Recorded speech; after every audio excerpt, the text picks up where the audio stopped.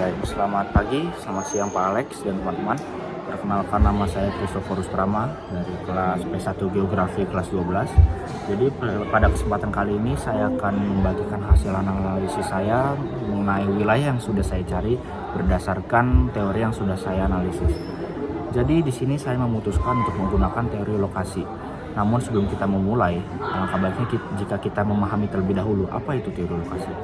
Jadi menurut teori lokasi Weber, perkembangan suatu wilayah sangat dipengaruhi oleh faktor letaknya. Weber menjelaskan bahwa sebuah daerah dapat tumbuh pesat apabila lokasinya strategis, dekat dengan sumber daya, mudah dijangkau oleh transportasi, dan memiliki biaya produksi maupun distribusi yang efisien. Teori ini banyak digunakan untuk memahami mengapa suatu kota bisa menjadi pusat aktivitas ekonomi, pendidikan, atau budaya, sementara daerah lain berkembang lebih lambat. Salah satu contoh yang menarik untuk dikaji dengan teori ini adalah kota Yogyakarta.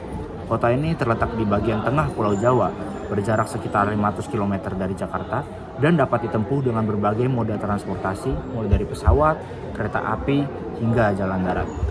Secara geografis, Yogyakarta berada di Gunung Merapi di utara dan Samudra Hindia di selatan.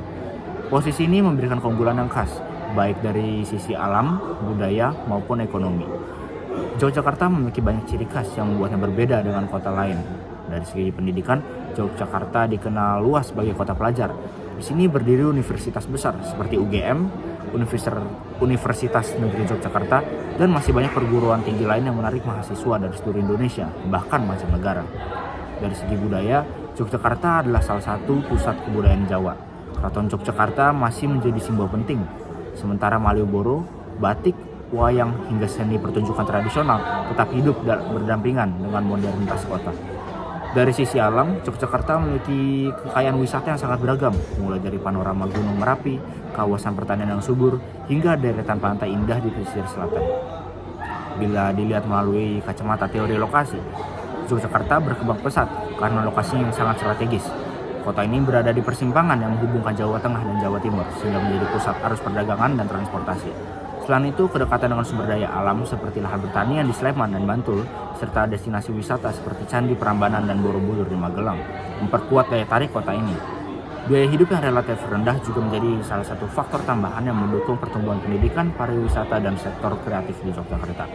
Keunggulan geografis ini tidak hanya menguntungkan Yogyakarta, tapi juga memberikan dampak positif bagi wilayah sekitarnya. Sleman tumbuh dengan pariwisata Merapi dan pertaniannya, Bantul dengan pantai dan kerajinannya, serta Magelang dengan Candi Borobudur yang semakin ramai karena kedekatannya dengan Yogyakarta. Dengan kata lain, posisi strategis Yogyakarta menciptakan efek pembangunan yang meluas ke daerah-daerah tetangga.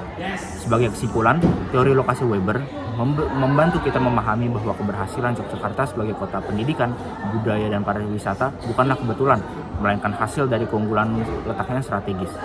Faktor lokasi ini menjadikan Yogyakarta bukan hanya sebagai pusat kegiatan di Pulau Jawa, tetapi juga sebagai salah satu kota penting di Indonesia yang terus berkembang hingga saat ini.